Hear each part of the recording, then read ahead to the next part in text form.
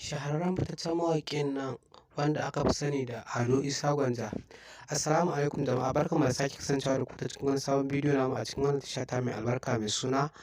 On Top Hausa TV. Da Allah dan uwa ina roƙonka da idan yau ne farkon son ka wannan tasha mai albarka, kada ka sha'afa ka daure ka danna mana alamar nan ta subscribe, kana ka danna alamar ƙararrawar sanarwa domin samun shirye-shiryen mu akai-akai da zarar mun ɗora. Sannan kuma idan ba wani farkon son ka wannan tasha mai albarka ba, ina roƙonka da ka daure ka dinga mana share da like da comment a zuwa gurburkan ku na Facebook da kuma na WhatsApp, domin haka ne zai tabbatar mana da kuna bibiyar shirye-shiryen mu kuma kuna jin daɗin kasancewa da wannan tasha ta mai albarka a cikin shirye-shiryen da take kawo muku masu inganci. Wannan fitaccen shahararren mawaƙi dai wato Ado Isa Gwanja, idan ba ku manta ba a bidiyon mu da ya gabata mun kawo muku yadda ake ta raɗe-raɗin kan cewa waƙoƙin da yake fitarwa yana fitar da su ne ba bisa ƙa'ida ba, ta yadda ake ganin kamar waƙoƙin nasa za su ɓata tarbiyyar al'umma. To a wannan karo dai wannan fitaccen shahararren mawaƙi wato Ado Isa Gwanja kamar bai ma damu da wancan magana da mutane suke kan cewa, ko in ce malamai suke yi kan cewa zai ɓata tarbiyyar al'umma ba,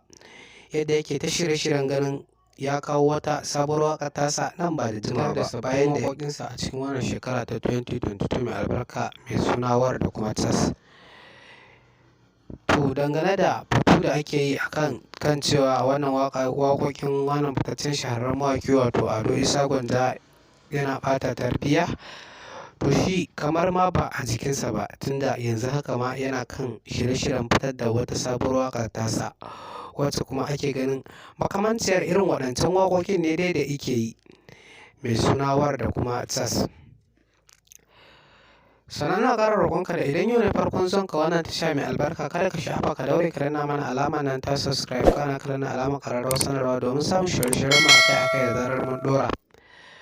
Sannan kuma idan ba wani farkon son ka ba, ka daure ka dinga mana share da like da comment a zuwa gurburkan ku na Facebook da kuma na WhatsApp, domin haka ne zai tabbatar mana da kuna bibiyar shirye-shiryen mu kuma kuna jin daɗin kasancewa da wannan tasha ta mai albarka a cikin shirye-shiryen da take kawo muku masu inganci.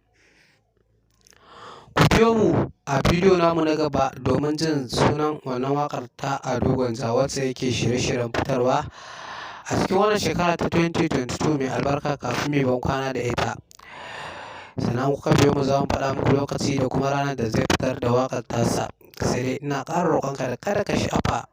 ka daure ka danna alamar nan ta subscribe, kana ka danna alamar ƙararrawar sanarwa domin samun shirye-shiryen mu akai-akai da zarar mun ɗora. Sannan idan ba wani farkon son ka daure ka dinga mana share da like da comment, domin haka ne zai ba mu tabbacin kuna bibiyar shirye-shiryen mu kuma kuna jin daɗin kasancewa da wannan tasha ta mai albarka a cikin shirye-shiryen da take kawo muku. Ku ci gaba da kasancewa da wannan tasha ta mai albarka domin jin wasu labaran akan wannan fitaccen shahararren mawaƙi wato Ado Isa Gwanja. Mun gode, sai anjima.